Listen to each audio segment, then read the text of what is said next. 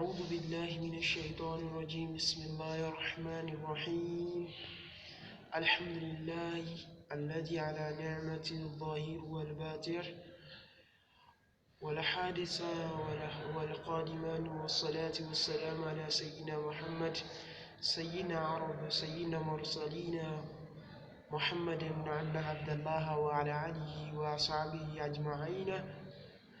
أشهد أن لا إله إلا الله وأن محمد عبده ورسوله. اللهم صل على محمد وعلى آل محمد كما صليت على إبراهيم وعلى آل إبراهيم في العالمين إنك حميد مجيد. اللهم بارك على محمد وعلى آل محمد كما باركت على إبراهيم وعلى آل إبراهيم في العالمين إنك حميد مجيد. أما بعد، السلام عليكم يا جماعة المسلمين. All praise due to Almighty Allah, who has shown His mercy on us. His mercy that is being known and the one that is being hidden. The mercy that is being He have done in the past, and the mercy that He's doing now. May the peace of Almighty Allah and the mercy of Almighty Allah and the blessing of Almighty Allah be upon the noble Prophet Muhammad sallallahu alaihi wasallam, the servant of the Almighty Allah and the prophet of Almighty Allah, who was sent to the world as a messenger, and who guide us to the right path and guide us to the right, who guide us to the right path and warn us against the heaven of Hanar, the shaitan. May Almighty Allah, I sing the refuge of Almighty Allah for shaitan. A'udhu billahi minash shaitanir rajim. May also the message of Almighty Allah also be to his families and companions household. And I declare that there is no any God that is worthy to be worshipped except Almighty Allah, and that Muhammad sallallahu alaihi wasallam is the servant of Almighty Allah. Allahumma salli ala Muhammad.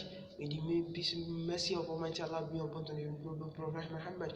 As Almighty Allah have carried His mercy and mercy and mercy to the Prophet Ibrahim alayhi salatu wasalam. After this, I hereby say, may the peace of Almighty Allah be upon everyone that are listening to this video. As you have known that we have been on the video, we have been posting video into this YouTube channel. I really appreciate all of us that we are watching and subscribing to this channel. May the peace of Almighty Allah be to Jazakumullah khairan. In today's video, we are to bring another interesting video to you.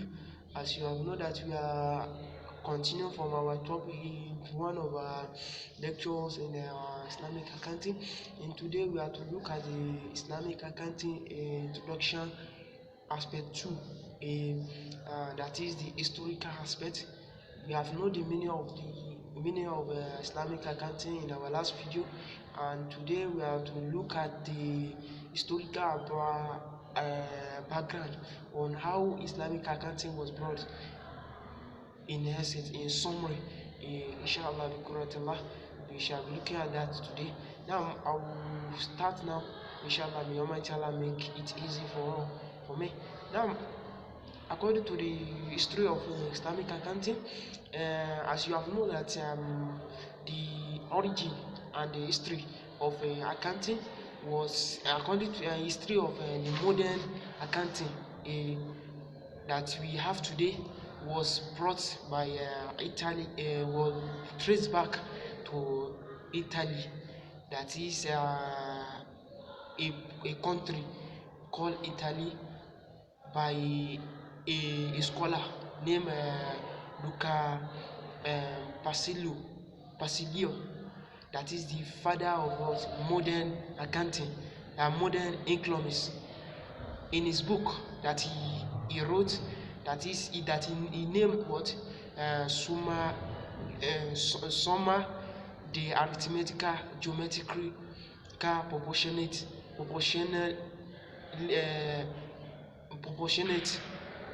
that he published in 1494 CE, that is Common Era, which we conclude, according to many scholars, that is the first term of accounting.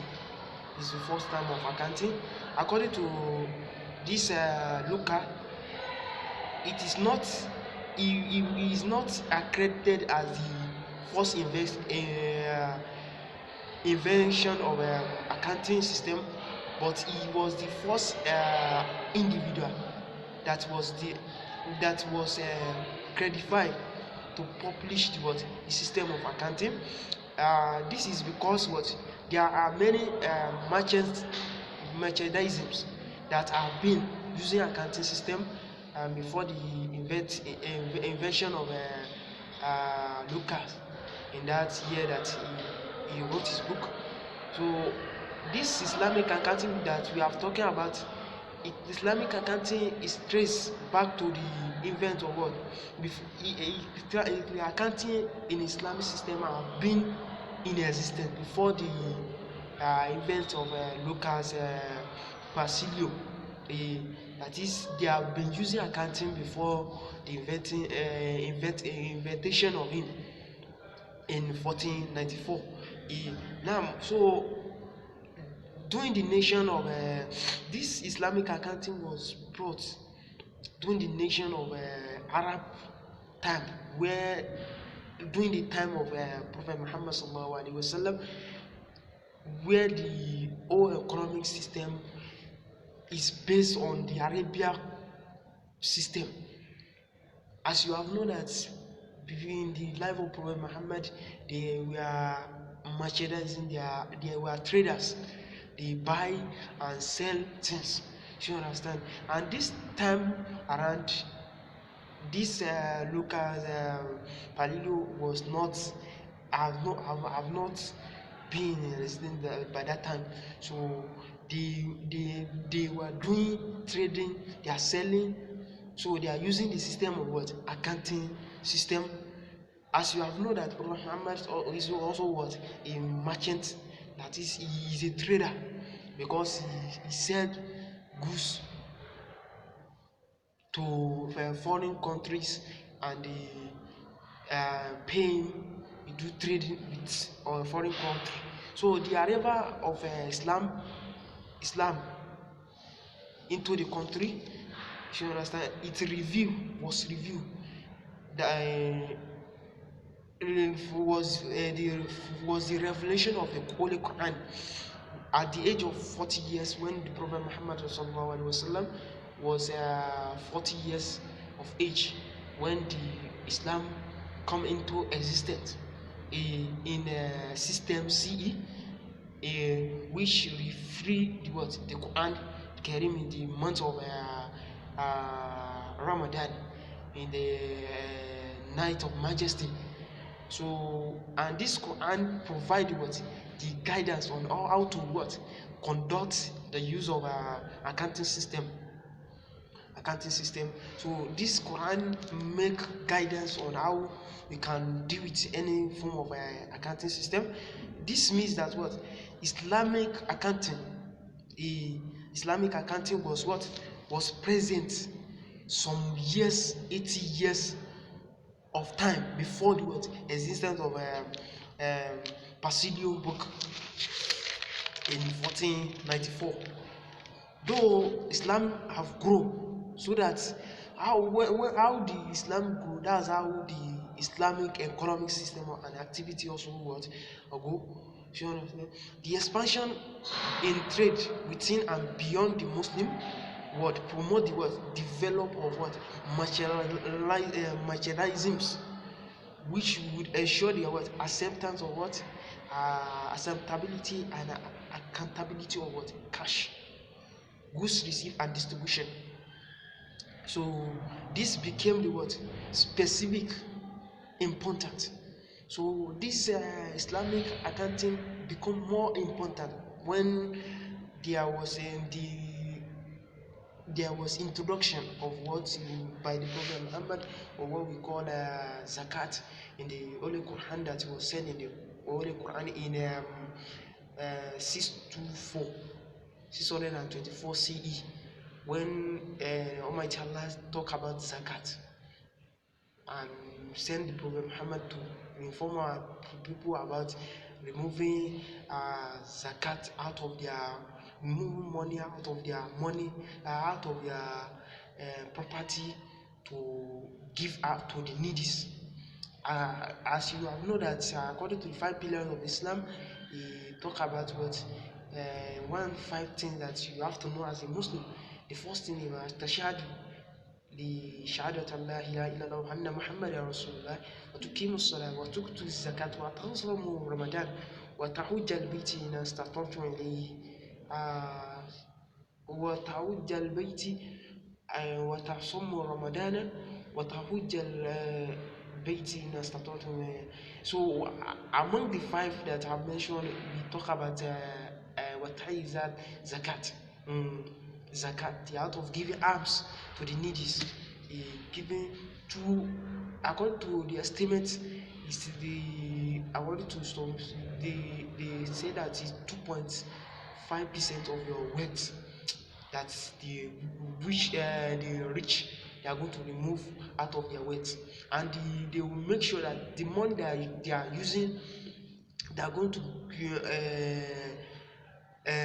use as zakat, they have not touched it within that particular year.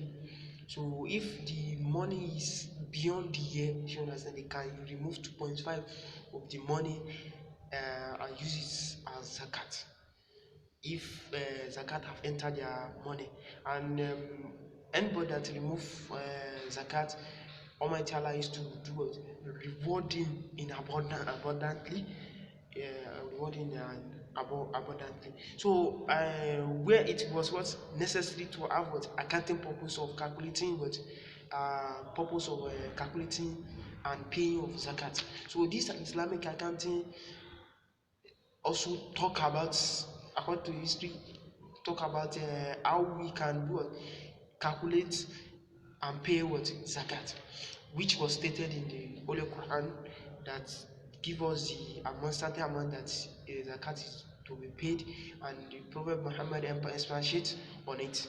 So it was also important, it is also important that those individuals conduct business to develop a what bookkeeping and writing system to ensure that their venture was what we are what Sharia what compliance.